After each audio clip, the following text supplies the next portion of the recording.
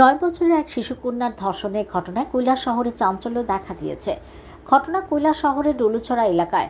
সংশ্লিষ্ট এলাকায় তীব্র উত্তেজনা বিরাজ করছে। অভিযোগ, কৈলাস শহরের ভগবাননগর গ্রাম পঞ্চায়েতের 2 নম্বর ওয়ার্ডের ডলুছড়া এলাকার 9 বছরের এক কন্যাকে বৃহস্পতিবার সকাল 10টা নাগাদ নিজ বাড়িতে তুলে নিয়ে যায় একই এলাকার বুছুদ আলী। তাকে বাড়ি থেকে তুলে নিয়ে পাশের জঙ্গলে জোর করে ধর্ষণ করতে শুরু করে এবং এই নাবালিকা চিৎকার চেঁচামেচি শুরু করলে গ্রামবাসীরা ঘটনাস্থলে ছুটে এসে হাতে নাতে ধরে ফেলে বুছুদ আলীকে। ঘটনার সময় নাবালিকার মা বাবা কেউ বাড়িতে ছিলেন না। জানা যায় তার মা এবং বাবা দুজনেই ইটভাটার শ্রমিক। প্রতিদিন সকালে তার মা এবং বাবা কাজের জন্য ইটভাটায় চলে যান এবং সন্ধ্যায় বাড়ি ফেরেন। প্রতিদিনের ন্যায় বৃহস্পতিবারও এই নাবালিকার মা এবং বাবা ইটভাটায় সকালে চলে যাবার পর বুছুদ আলী নাবালিকার বাড়িতে এসে জোর করে তাকে তুলে নিয়ে যায়।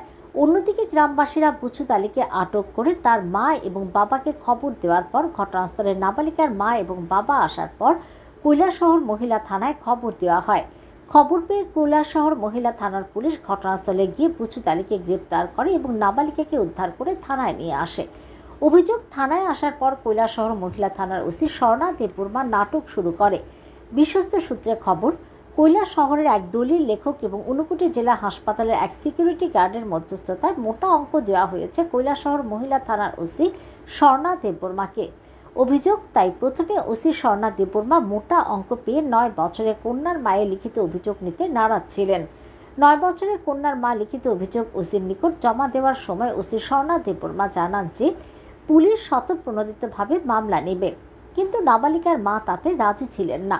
জানা যায় পরবর্তী সময়ে তার মা সংবাদ মাধ্যমে দ্বারস্থ হলে ওসি স্বর্ণা দেববর্মা শেষে কোনো উপায় না পেয়ে অভিযোগ গ্রহণ করে নাবালিকার এবং তার মায়ের জবানবন্দি নিয়ে ঊনকোটি জেলা হাসপাতালে নিয়ে গিয়ে মেডিকেল করিয়ে আদালতে প্রেরণ করে।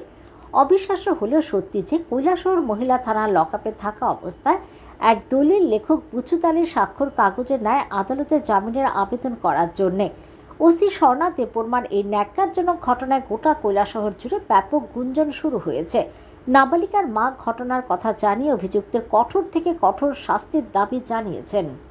যে খারাপ কাজ করছে মেয়েটা কি রেপ করছে নি, তো এটা কি আপনারা দেখছেন? আমি দেখছি না, আলাদা বাড়ির লোকের মানুষ দেখছে, গ্রামের মানুষ দেখছে।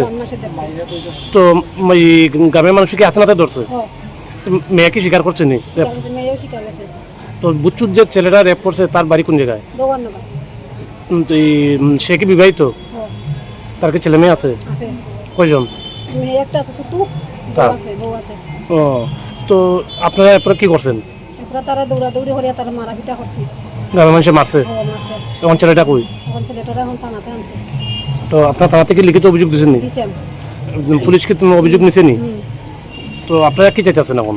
এখন আমরা তো চাইতেছি ছেলের ফাঁসি।